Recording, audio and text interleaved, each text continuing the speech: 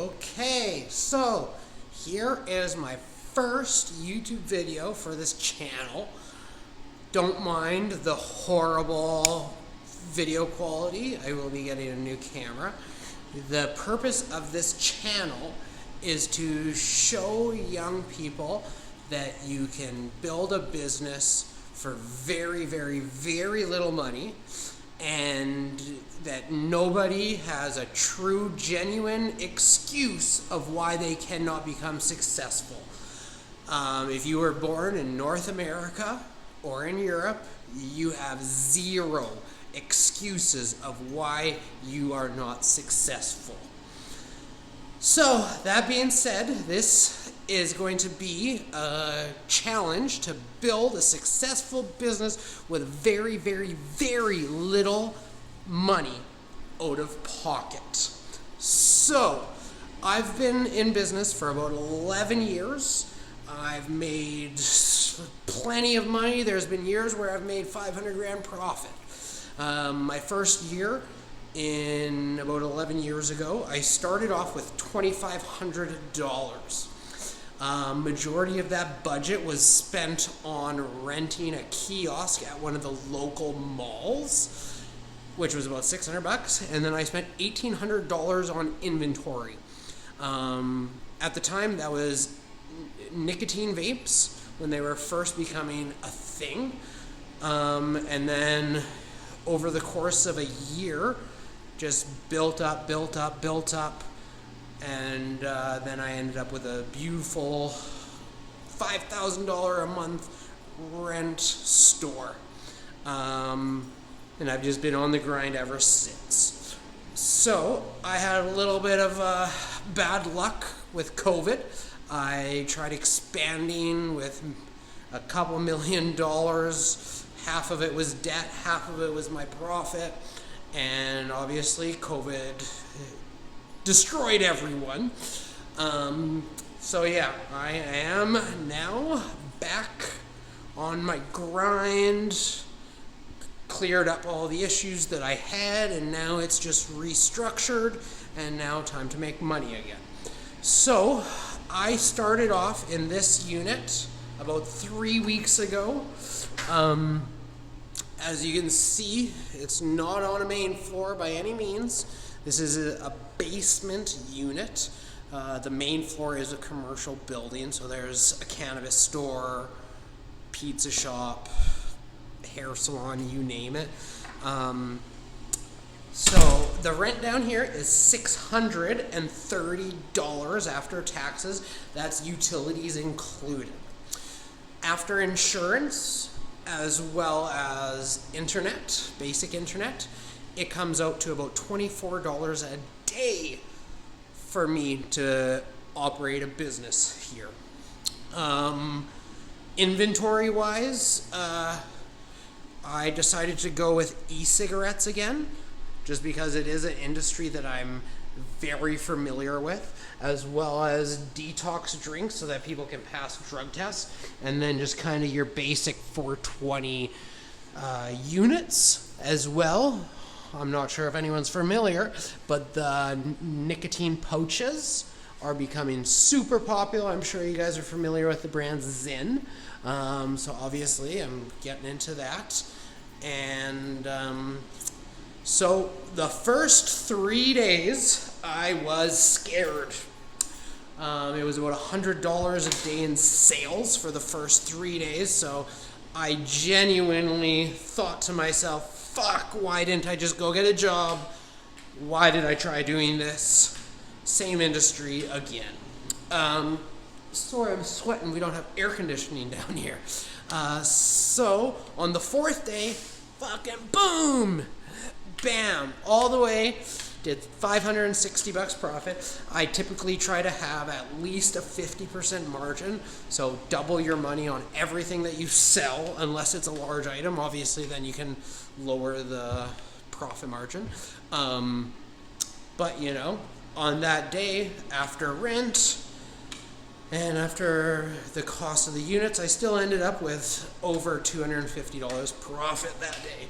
So that, after 4 days, is fucking amazing. sales kept on going, kept on going, kept on going. On week 3, on the Friday, I actually did $1,880 in sales in an 8-hour day. So, pretty fucking good. About $900 profit after paying rent, divided by 8 hours. So just shy of $100 Canadian profit a day.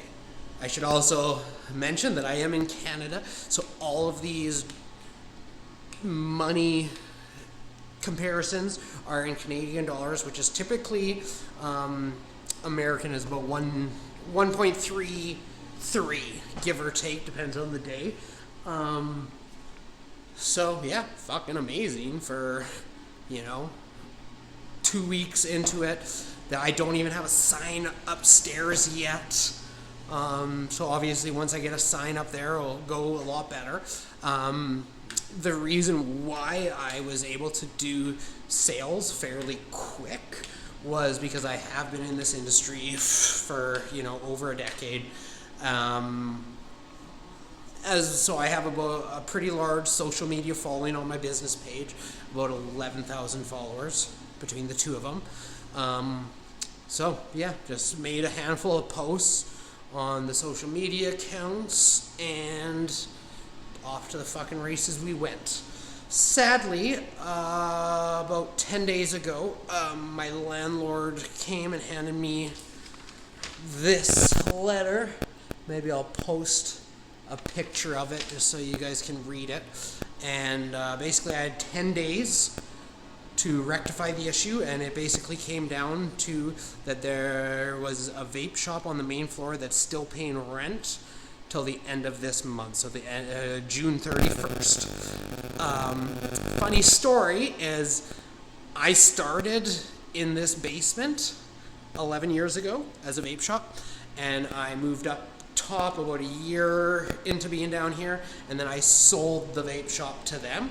So obviously the lady was pretty pissed that I had moved back into the building and started selling vapes. But they are gone already, and so the landlord is making me move upstairs, which of course is a big jump in rent. I proved that, okay, this will become a successful business, and it's worth paying the $3,500 a month rent for the foreseeable future. I'm not concerned about not making money. I'll add some other clips here in a bit. I got a customer giving me a call. Thank you. See ya. So, checking back in. Got sidetracked and had a bunch of other customers. So, how I got customers so fast was a mix between social media posts on my business pages, and I was expecting a lot more of my previous customers to have came and seen me. It's honestly been probably 80% new customers. I am on a different side of the city than I was at my old place. Maybe the sound will be better without that fucking fan. Which I'm really surprised with. I obviously was expecting some new customers, but not 80%. So that's cool. And since my landlord gave me that letter and I haven't been able to essentially operate a business down here, the vape shop that I sold, they operated it from 2016 in August, and up until about 3 months ago they shut it down to get rid of one of the business partners. They just shut it down and opened up in another area. The guy was a loser. I would have done the same damn thing. Didn't matter how profitable the place was. As soon as I saw that, I was like, Jesus, that's a perfect opportunity to essentially get my business back. The reason why I'm starting fresh after being in business in 11 years was essentially, I got screwed over. Some of my own doing, can't take no blame, but a lot of outside things that really put the nail in the coffin. So I really had basically these showcases were from a friend. He gave me them on credit, which was sweet. Inventory when I first started, not sure why phone clicked out there. But yeah, after the whole local wholesaler seeing like, oh yeah, he's picking up steam super quick. He obviously was willing to stock the store a little bit better for me, and then just have it on credit, which is very nice of him. But to be honest with you, I've been in multiple industries, and suppliers, they want you to succeed. They really do. They will do whatever they have to do to keep you going, or to get you started on your feet. Every industry is like that. Pretty much all companies are willing to do a 30-day terms. So I mean, you can start with damn near nothing. The only things that you can't get on credit is obviously your first month's rent and your damage deposit. That being said, you do not need a fancy main floor unit. Nobody cares, other than those soccer moms. They're like, oh, I'm not going to go into a basement. It's spooky. They don't give a shit, most of the people. So, you can start with $500 rent or $1,000 rent. And anyone in North America can get that. If you're working at 7-Eleven making minimum wage, and making sacrifices, renting a room, you can save enough money to start a small business or even run it out of your house for the first little bit. Anyone can do it. So for the last 10 days or so, since I got that letter, the landlord agreed to allow me to hang out here all day and then meet people off property. So I just have my phone number on the door and a little note saying, hey, give me a call and I'll meet you outside. Sales have gone down quite a bit, but I mean, I'm still making good flipping money. Yesterday I think was like $850 or something like that. So dropped down substantially, but that's still good money. I'm still happy with that. But I'm thinking that if that didn't happen, I'd probably be sitting at the $2,000 a day average. The momentum was really building up. So I've been harassing the landlord. I really flipping have since Monday of last week. Kept getting ignored. I've been trying to come up with a solution that will, get me back going, as well as for the future.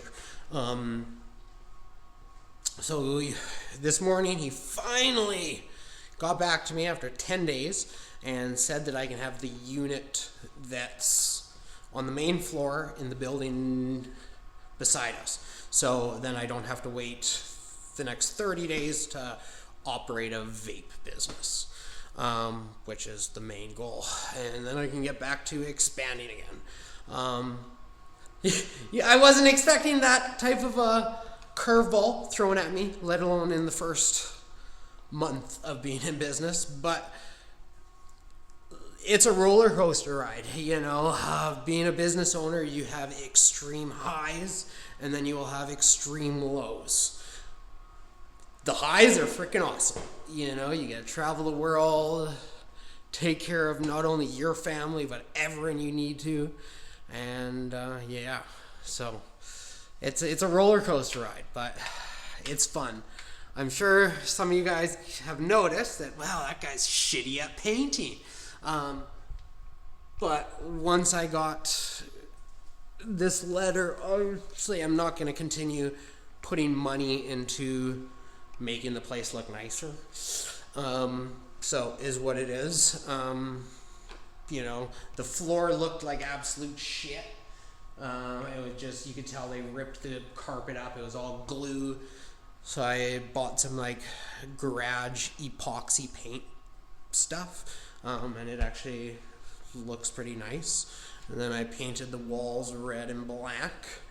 And then I also put in this floorboard. So, you know, I probably spent at least $1,000 on, you know, just making this look decent enough to have customers down here. I mean, obviously, it didn't have to do it.